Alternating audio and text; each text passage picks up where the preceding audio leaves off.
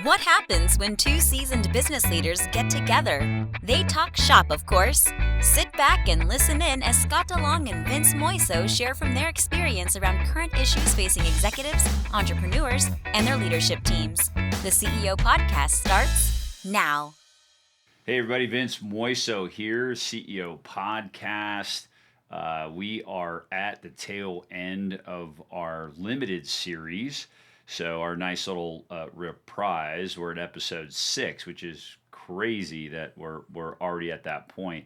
And the theme has been leadership at the crossroads, and no question that the political climate, the economic climate has been very supercharged this year.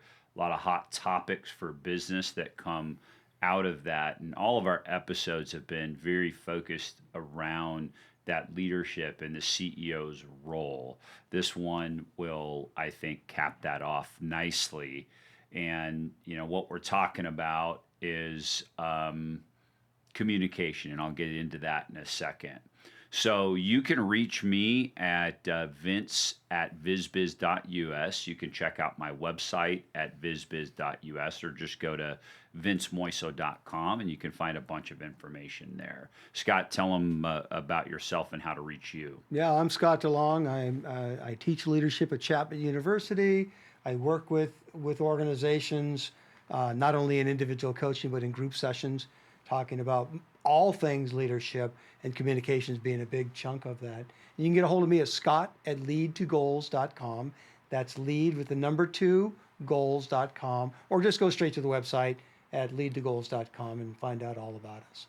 Yeah, right on. We had previously done about 100 episodes over 5 seasons of our podcast. We had many guests, great guests that joined the conversation.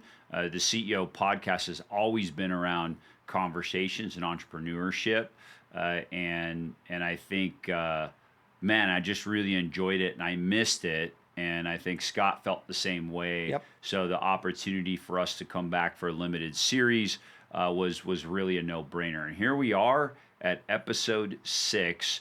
The topic is around talk isn't cheap, the CEO's communication edge. And so ultimately, Scott, what we're talking about here is communication as an organization. It's, in my opinion, more important than ever. And I've mentioned this in previous podcasts.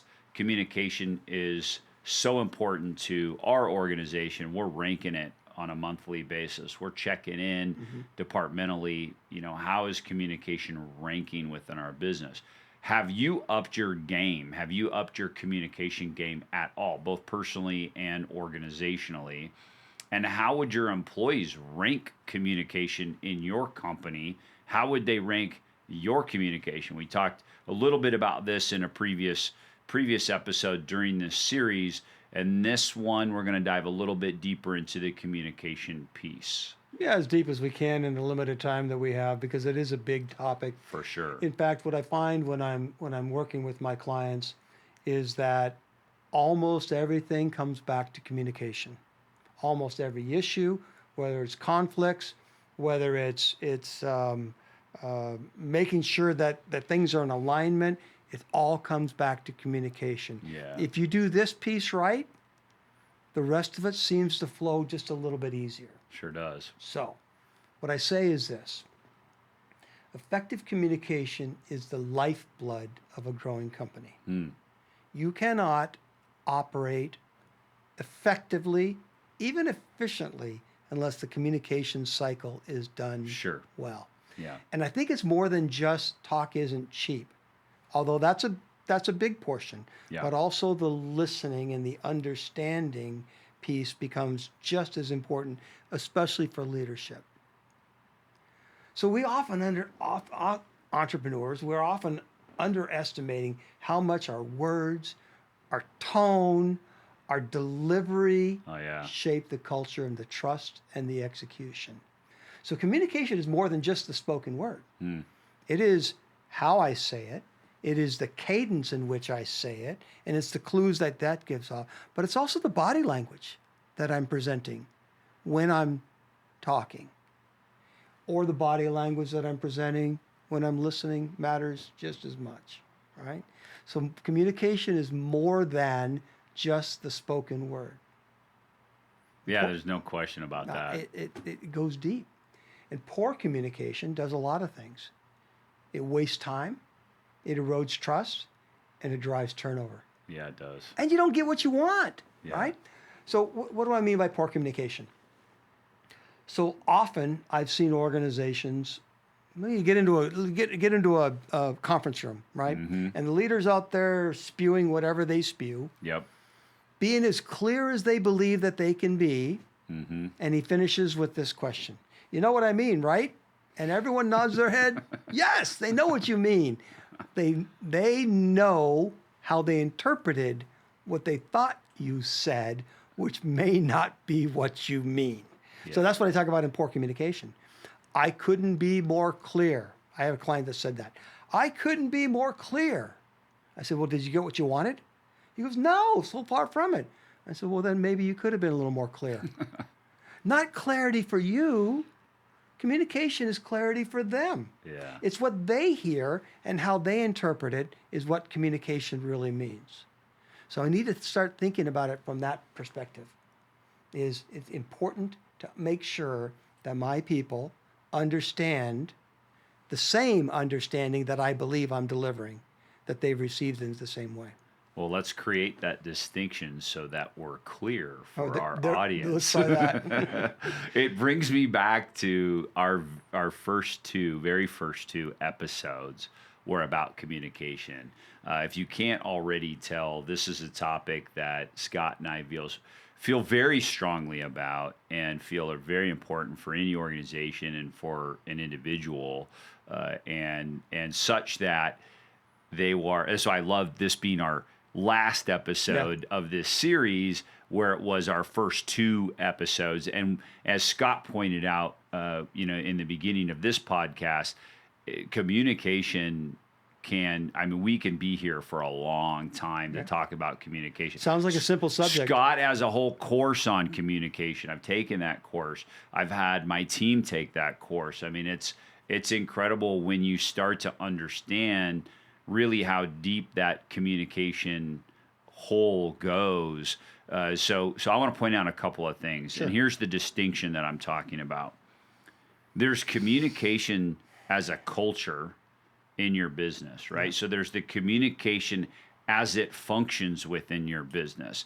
How are you using the communication channels like email or like WhatsApp or verbal, if you're on Zoom or Teams versus face-to-face, or the communication hierarchy, as you've talked about so many times, Scott, the number one being face-to-face always. So when you've got that touch, that eye contact, when you've got the ability to see somebody's body language, as you pointed out, their Absolutely. reactions. I mean, Sure. What happens if I'm sitting here as you're talking, Scott, and I've got my arms crossed, and I've got this scowl on my face? What message does that send to you? Well, if you do that, I'll just throw this clicker over at you. That's stop, it, right? Stop that. well, even, we've talked about the dynamics of the desk and the office. And if I'm sitting behind a desk and I'm making you sit in a certain position behind that desk, and What am I the saying? power that denotes, right? Versus, well, let's go sit on the couch, or let's sit next to each other in the conference room, or things like that. I mean, just when you approach, we've talked about this before, when you approach a conference room, do you sit at the head of the table or do you sit at the side? Are you creating separation or are you creating connection? And all of these things are so critical and important. I want to go back to the fundamental of what you said, which is language. Yeah. Language is what's so important.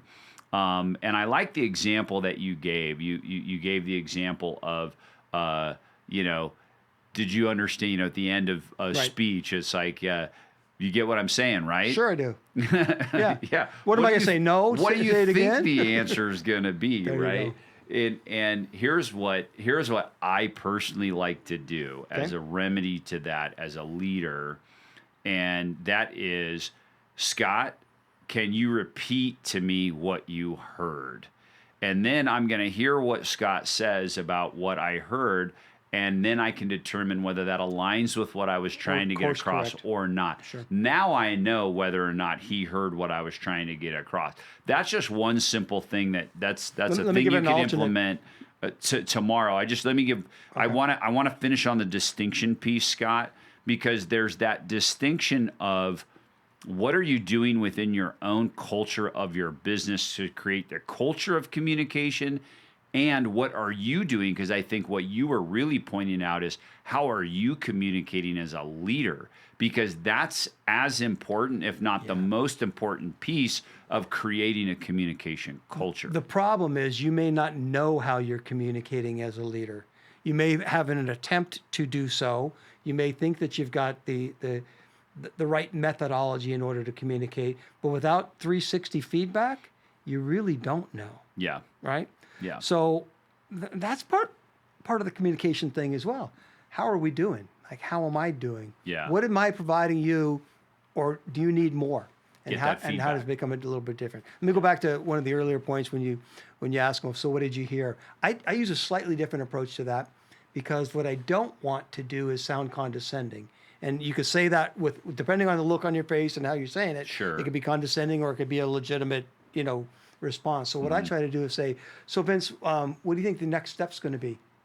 I ask an open-ended question like that, and based on his answer, it'll probably give me the clues to see whether or not we're in alignment or not. Yeah, it makes total sense. And because he might come up with something that's completely different than I was thinking, and say, well, let's reset this. Let's try again.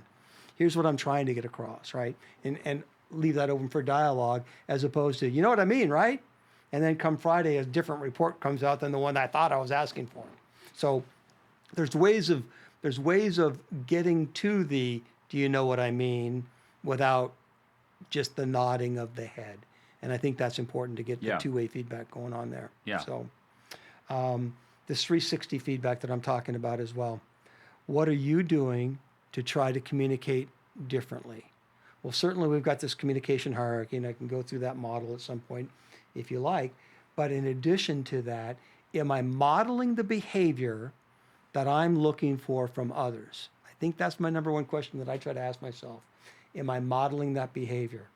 And the second question is, am I getting what I want? Yeah. If I state something that I think I want and I'm getting something completely different, my communication needs some work. I don't want to say they need to listen better. I want to say my communication needs work. I need to speak the language that they understand to get the things that I want. It's a selfish act, after all. I'm getting what I want. How do I do it? By providing you what you need. Well, the thing that I've worked on personally, over the last decade especially, I can point to one thing, and it's just listening. I understood 10 years ago when I got some feedback, 10 years or so, I got some feedback around how I listened. And then I started to really dive into, well, wait, there's a whole bunch of different ways to listen to somebody. And I found that in a lot of ways I was listening to respond. I was listening to solve somebody's problem. Then I was listening to defend. And so you're not really listening. You're hearing only the pieces you want, but you're so anxious to respond. I even catch myself still doing it sometimes, where I talk over a person, and it's just it's a bad habit. I loved what you just said. Is like, what are you doing to model the behavior that you want to see in others with regards to overall communication? And I think the number one thing that a leader could do within a business is change how they listen. When I learned about reflective listening, it changed everything for me. And so the thing that I model as much as I possibly can, and I do it and I point it out to my team as often as I can, which is this concept of reflective listening. So it looks like this. Scott, what I heard you say was, and then I repeat the thing that I heard. And then that was either right on, or if not, then it gives you the opportunity to re-articulate what it is that you were trying to get across. And so then you don't even have to ask the question, what are the next step? What do you think are the next steps, or what did you If hear? you've got that banter Please going, repeat, absolutely. right? Yeah. So then now I'm constantly aligning myself. I love telling the adage, and Scott, you've heard this before, but I want to repeat it for the listeners. I had a coach a number of years ago who taught me reflective listening. And at the time, I was trying to get a booster club in place at my alma mater, University of San Diego. And he said, hey, when you go into this meeting, right, with some key stakeholders from the university, all you can do is repeat what you heard. You can't do anything else. I thought he was crazy. I was squirming in my seat. I said, there's no way I'm going into a meeting. She's like, nope, you cannot put up any objections. You can't solve for their objections. You can't do anything. You are only going to repeat what you heard. And I will tell you, at that lunch, it was the most uncomfortable, longest lunch I have ever been in. And all I did was repeat at every turn. I started the conversation with, okay, hey guys, we're here. This is what, we talked about as the agenda. They launched, and all I did was repeat what I heard for the entire lunch. It was the most excruciating thing. And at the end, they said, well, this was great. We think we can do all the things that we've talked about here today, and we'd like to get that implemented next week. I thought, what the heck just happened? Like, I called my coach. I get goosebumps every time I tell that story because I called my coach. I said, what Jedi mind trick did you just share with me? And he said, it's simple. It's just reflective listening. People want to be seen. They want to be heard, and they want to be acknowledged. And when you reflect, I think one more thing, if you don't mind. I like going with the late Stephen Covey talks about the empathic or empathetic type listening, right? Sure. And all that means is trying to understand from their point of view. Oh, yeah. What it is that they're saying. Yeah. Rather than with my filters and with my biases, with my rose-colored glasses, whatever that it might be, but trying to understand from your point of view. And I may never get there. I may never understand completely where you're coming from because I don't have your background, I don't have your experience, I don't have your consequences. Yeah. We don't have that. So, but I'm going to do the best I can to understand where you're coming from. Mm-hmm. That doesn't mean I have to agree with them. That's right. It just because I'm listening really, really well, doesn't mean I'm agreeing with you. That's either, right. That's right. When I've given you the opportunity to voice yourself, in most cases, you're going to give me the opportunity to come back with my side as well. And I think that's where dialogue gets made. Yeah. But I have to start. I think if I want to model this behavior, I've got to go first. I've got to listen to you. Well, the thing that it has really taught me is as I reflectively listen to somebody else, I am actually listening way better. It's not that I'm agreeing 100% of the time. Sure. But as I repeat, I recognize that I'm a very phonetic person. Like I have a very phonetic memory. And as I repeat what somebody says, it sticks more in my brain. And I am truly listening better. And, I did that. I took What's that doing for you? How's it? So tell me the benefits of that. It has totally changed my relationship. So what I was about to say is that I started to do that with my wife, with my daughters. And as I've done that with my relationships professionally, it has changed everything. Yeah. I'm just a better listener.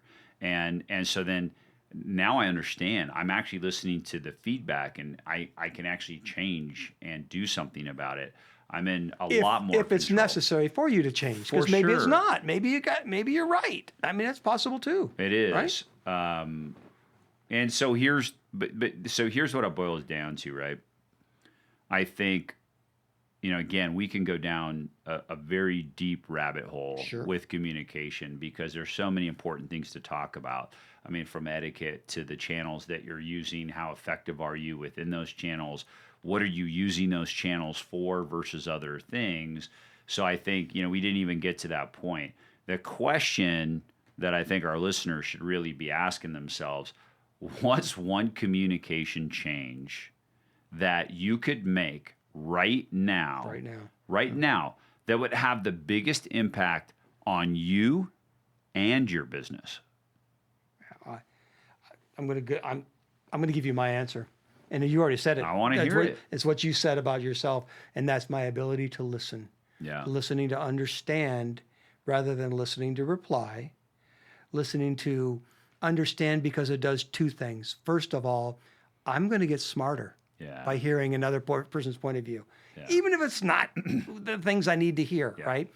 But I'm going to get smarter. But the second thing, and you touched on this as well, is it improves the relationship. If I show enough care and concern for what you have to say, they want to be heard, but they also want to be understood. So that empathetic listening, trying to understand where you're coming from, is really the difference maker in relationships. Yeah, no, I love that. It's why I spend so much time on this episode just talking about listening and sharing my own experience with that. And we talk a lot about Stephen Covey. Both you and I are Stephen Covey fans. You said one of his habits earlier, listen with empathy, and you just said the other one, which is seek first to understand. That's a good one. Then to be understood. Yeah. And that's been a learned behavior for me as well. And I'm always working on that. I think for me, the one thing is understand that you should always be learning and you should always be improving. There you go. And I like the listening piece. I totally agree with you, which is why I brought that up. Listen, that's been life-changing for me. You've got 30 years of experience as a leadership expert. I've got 40 years of experience in that same thing. We think we know what we're talking about. Yeah. And there's more to learn. Yeah. Always more to learn. There's more to learn. I have accepted and embraced that I will be learning for the rest of my life. That's good. What's so great about what you just said there is that you made sure that you had that decade distinction between you and I. It might be a little bit further than that, but he likes being younger. That means more agile, but it doesn't mean while I can, Scott, not quite as enlightened. Because I'm catching up real fast. It feels like I'm catching up real fast. There you go. Man, as always, this has been so fun. Yeah. I thought this is a great episode for us to finish super strong in our limited series around leadership at the crossroads. So this was a lot of fun. So thanks everyone for listening, sticking with us here. And I think more to come, Scott. We've got Scott and I will have to go back to some strategy and figure out the next steps for the CEO podcast. Hey, let us know. Let us know if you want more. We don't have to do this. Vince and I go have a beer in the backyard, like we started with this, and have these conversations. For us, they're good. They're energizing, gets things going. But if you'd like to hear more, let us know. You got our email addresses at the beginning of this thing, and they're up on the board up here as well. So let us know if you want to know more and what topics you'd like us to hit up on. We'd be glad to do it if you're interested. That's right. Thanks for being listening, everybody. Bye. Thank you for joining us for the CEO Podcast. Please visit us at theceopodcast.net, where you can learn more about our co-hosts and listen to past episodes. If you would like to have a discussion and dive deeper into any topic, there is also an option to contact Scott or Vince to schedule some time with them. Thanks for listening.